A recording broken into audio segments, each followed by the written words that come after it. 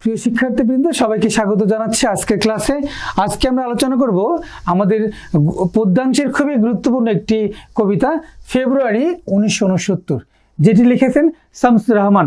তোমরা একটু মনোযোগ দাও। শুরুতে যে কথাটি বলছি যে শামসুর রহমান আমাদের বাংলা সাহিত্যের ক্ষেত্রে, বিশেষ করে কবিতার ক্ষেত্রে, শামসুর রহমান নামটি খুবই গুরুত্বপূর্ণ এবং শামসুর রহমানের কবিতার যে বিষয়বস্তু, এই বিষয়বস্তুগুলো আমরা আলোচনা করার পাশাপাশি আমরা শুরুতেই শামসুর রহমানের তার লেখক পরিচিত অংশ থেকে আলোচনা করতে চাই। দেখো, শামসুর রহমান এই নামটাই তোমরা খেয়াল রাখতে হবে। নাকি শামসুর রহমান, তোমরা এটি ভুল করো। শামসুর রহমান এটি একটু খেয়াল রাখতে হবে। যার জন্ম তারিখ হচ্ছে 23 অক্টোবর 1929 খ্রিস্টাব্দ। খুব মনোযোগ দাও। জন্মস্থান কোথায়? ঢাকার, পুরান ঢাকার মাহুতটুলিতে। তোমরা একটু মনে রাখবা। আর তার পৈতৃক নিবাস ছিল কোথায়? নরসিংদী রায়পুরায়। কোন গ্রাম? পাড়াতলি গ্রাম। খুব ইম্পর্টেন্ট এনার এই গ্রামের নামটি, পাড়াতলি। তোমাদের পরীক্ষায় প্রশ্ন থাকবে পাহাড়তলি বানানটি ভুল থাকবে, পাড়াতলি বানানটি ভুল থাকবে। এক্ষেত্রে তোমরা অবশ্যই গুরুত্ব দিয়ে খেয়াল রাখবা। আর জন্ম তারিখ হচ্ছে মৃত্যু তারিখ হচ্ছে তার মৃত্যু তারিখ আমরা দেখব যে 17 আগস্ট 2006 খ্রিস্টাব্দে। প্রিয় শিক্ষার্থীবৃন্দ, একটু খেয়াল করে দেখো, শামসুর রহমানের যে জন্ম মৃত্যু এবং তার জন্মস্থান থেকে যে প্রশ্নগুলো আসে, এর মধ্যে যে পৈতৃক নিবাস কোথায়?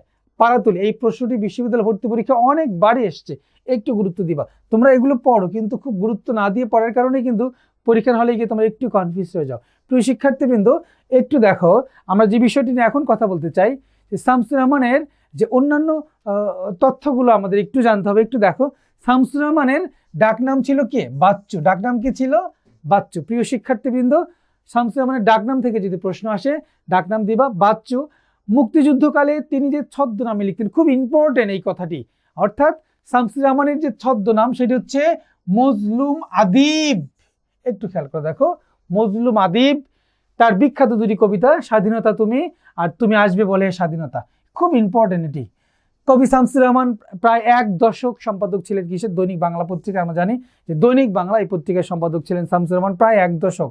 একটু খেয়াল করে দেখো, তিনি মূলত আধুনিক কবি, যিনি রোমান্টিকতার সঙ্গে সমাজ ব্যবস্থার সংমিশ্রণ ঘটিয়ে নতুন কাব্যধারার জন্ম দিয়েছেন। খুব ইম্পর্টেন্ট কথাটি। তাকে ডিলিট উপাধিতে ভূষিত করেছিলেন কি? রবীন্দ্র ভারতী বিশ্ববিদ্যালয় এবং যাদবপুর বিশ্ববিদ্যালয়। এটি খুব গুরুত্বপূর্ণ। প্রিয় শিক্ষার্থীবৃন্দ, আমরা শামসুর রহমানের সাহিত্যকর্ম নিয়ে এখন কথা বলছি। দেখো, শামসুর রহমানের সাহিত্যকর্মগুলোর মধ্যে তার যে কাব্যগ্রন্থগুলো রয়েছে, অনেকগুলো কাব্যগ্রন্থ লিখেছেন। তার মধ্যে প্রথম গান দ্বিতীয় মৃত্যুর আগে খুবই বিখ্যাত একটি কাব্যগ্রন্থ, রৌদ্র করটিতে বিধ্বস্ত নীলিমা নিরালোকে দিব্যরথ নিজ বাসভূমে। খুব ইম্পর্টেন্ট। এই নিজ বাসভূমি থেকে আমাদের আলোচ্য কবিতাটি নেওয়া হয়েছে। বন্দি শিবির থেকে দুঃসময়ের মুখোমুখি ফিরিয়ে নাও ঘাতক কাটা, এক ফোঁটা কেমন অনল, বাংলাদেশ স্বপ্ন দেখে উৎফট উটের পিঠে চলছে স্বদেশ, বুক তার বাংলাদেশের হৃদয়। খুব খুব খুব এই গুরুত্বপূর্ণ। আমাদের শামসুর রহমানের কাব্যগ্রন্থ থেকে প্রায় প্রশ্ন এসে যায়। উপন্যাস লিখেছিলেন অক্টোপাস, নিয়ত মন্তাজ, অদ্ভুত আধার এক, এলো সে অবেলায়। একটু খেয়াল করে দেখো প্রিয় শিক্ষার্থীবৃন্দ, শামসুর রহমানের প্রবন্ধ গ্রন্থগুলোর মধ্যে একটু দেখেন না, আমৃত্যু তার জীবন আনন্দ, শিশুতোষ গ্রন্থ লিখেছিলেন। খুব খুব বিখ্যাত শিশুতোষ গ্রন্থ ওনার। আমরা ছোটবেলায় পড়েছিলাম।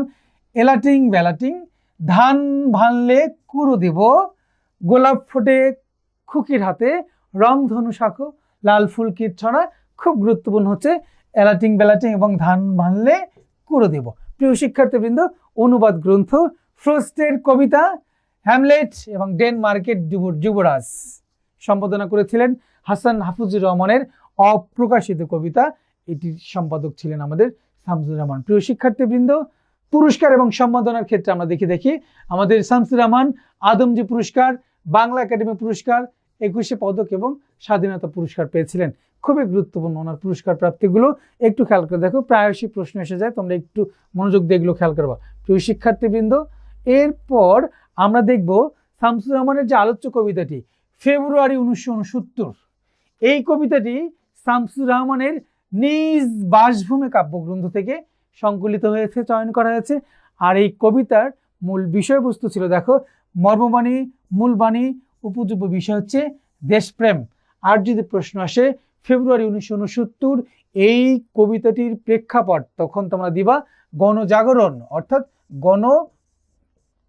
আমরা জানি গণ অভ্যুত্থান, অর্থাৎ 1969 যে গণ অভ্যুত্থান হয়েছিল সেই গণ অভ্যুত্থানের প্রেক্ষাপটে কিন্তু আমাদের এই কবিতাটি রচিত। প্রিয় শিক্ষার্থীবৃন্দ, প্রায় সেই প্রশ্নটি আসে এবং তোমরা অনেকেই ভুল দাও। তোমরা অনেকে মনে করো যে 52 ভাষা আন্দোলন, অনেকে দাও 1969 গণ অভ্যুত্থান, ফেব্রুয়ারি 1969। যদিবা এখানে দুটি বিষয়ের মধ্যে আমরা দেখব যে লেখক এই 52 ভাষা আন্দোলনের যে প্রেক্ষাপট, অর্থাৎ যে চেতনায় আমাদের বাংলার কৃষক, শ্রমিক, মজুর, দেলে তাঁতিরা এক হয়েছিল, ঠিক একই চেতনায় যেন 1969 যে গণ অভ্যুত্থান, এই গণ অভ্যুত্থান যেন একই চেতনায় সংগঠিত হয়েছিল, এই বিষয় দুটির মধ্যে যোগসূত্র স্থাপন করেছেন আমাদের শামসুর রহমান। প্রিয় শিক্ষার্থীবৃন্দ, এখন দেখো কবিতার ছন্দ বিশ্লেষণ অংশ থেকে আমরা যদি কথা বলি, একটু খেয়াল করে দেখো।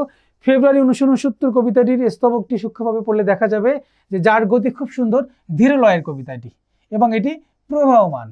আচ্ছা, একটু খেয়াল করে দেখো, মূলত এই জায়গা থেকে আমরা যেটি দেখবো, দেখো, প্রবাহমান উৎকৃষ্ট গদ্য ছন্দে রচিত। খুব ইম্পর্টেন্ট এই কথাটি, প্রায় প্রশ্ন এসে যায় যে ফেব্রুয়ারি 1969 এই কবিতাটি কোন ছন্দে রচিত।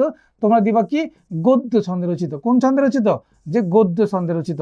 আচ্ছা প্রিয় শিক্ষার্থীবৃন্দ, এরপর আমরা চলে আসি এই কবিতায়, অর্থাৎ ফেব্রুয়ারি 1969 কবিতার যে মূল বিষয়বস্তু, এই কবিতাটি পরে আমরা কি কি শিখবো একটু খেয়াল করে দেখো। যে বাঙালির রাজনৈতিক ইতিহাস সম্পর্কে আমরা ধারণা লাভ করব, মাতৃভাষার জন্য এদেশের মানুষের যে আত্মত্যাগ, এই সম্পর্কে আমরা জানতে পারবো। 1952 সালের ভাষা আন্দোলন, পরবর্তীতে বাঙালির অধিকার আদায়ের যে সংগ্রাম, অর্থাৎ আমাদের স্বাধিকার এবং স্বাধীনতা, অর্থাৎ মুক্তিযুদ্ধের যে আন্দোলন, এই সম্পর্কে আমরা জানতে পারবো। মায়ের ভাষার সম্মান রক্ষার্থে এদেশের মানুষের যে ঐক্যবদ্ধ আন্দোলন, সেটার প্রেক্ষাপট সম্পর্কে আমরা ধারণা লাভ করব। 1969 যে গণজাগরণ, যেটা আমরা গণ অভ্যুত্থান নামে আমরা সেটাকে জানি, 1969 যে গণজাগরণ এবং জাতিসত্তার শোষণের যে তীব্র প্রতিবাদ, সে সম্পর্কে আমরা জানতে পারবো।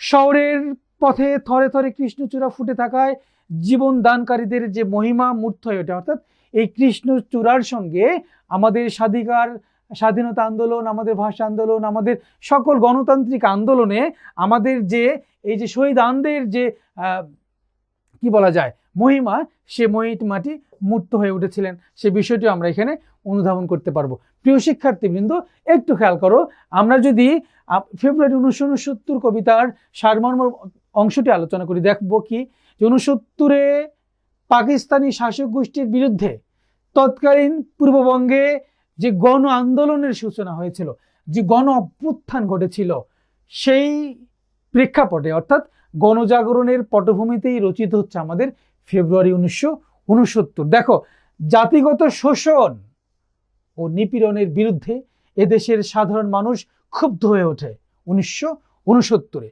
প্রত্যন্ত গ্রাম গঞ্জ, হাট বাজার, কলকারখানা, স্কুল কলেজ, বিশ্ববিদ্যালয় থেকে অসংখ্য মানুষ জড়ো হয় ঢাকার রাজপথে। কবিতাটি দেশমাতৃকার প্রতি জনতার সেই বিপুল ভালোবাসা সংবর্ধিত হয়েছে।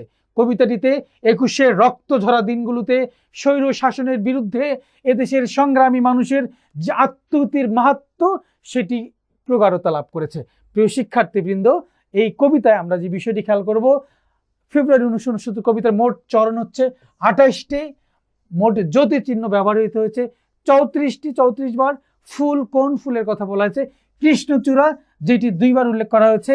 সাল 1969 সাল, আর ফেব্রুয়ারি মাসের কথা বলা হয়েছে। নাম আছে এখানে কি কি? 2জন ভাষা শহীদের নাম বলা আছে, একজন সালাম আর একজন বরকত। এই সালামের নামটি উচ্চারণ করা হয়েছে মোট 4 বার, বরকতের নামটি উচ্চারণ করা হয়েছে মোট 2 বার।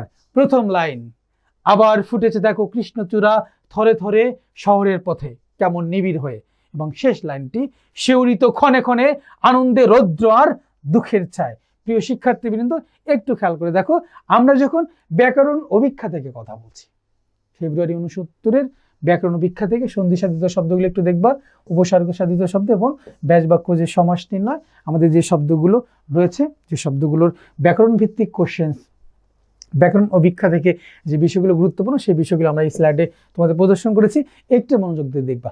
প্রিয় শিক্ষার্থীবৃন্দ, যে কথাই বলেছিলাম, ফেব্রুয়ারি 1969 কবিতাটি খুবই গুরুত্বপূর্ণ তোমাদের জন্য, খুবই গুরুত্বপূর্ণ। শামসুর রহমানের কবিতা এবং শামসুর রহমানের লেখক পরিচিত অংশটাও খুব ভালো করে পড়বা এবং মূল কবিতাটিও তোমরা ভালো করে পড়বা। শামসুর রহমানের যে ফেব্রুয়ারি 1969 এই কবিতা, আবারও বলছি, যে কবিতাটি আমরা আলোচনা করলাম শামসুর রহমানের ফেব্রুয়ারি 1969, এই কবিতাটি তোমাদের বিশ্ববিদ্যালয় ভর্তি পরীক্ষার জন্য এই বিষয়টি খুব খুব খুব গুরুত্বপূর্ণ। প্রিয় শিক্ষার্থীবৃন্দ, আশা করছি তোমরা খুব ভালোভাবে পড়বা। ভালো থাকো, আল্লাহ হাফিজ।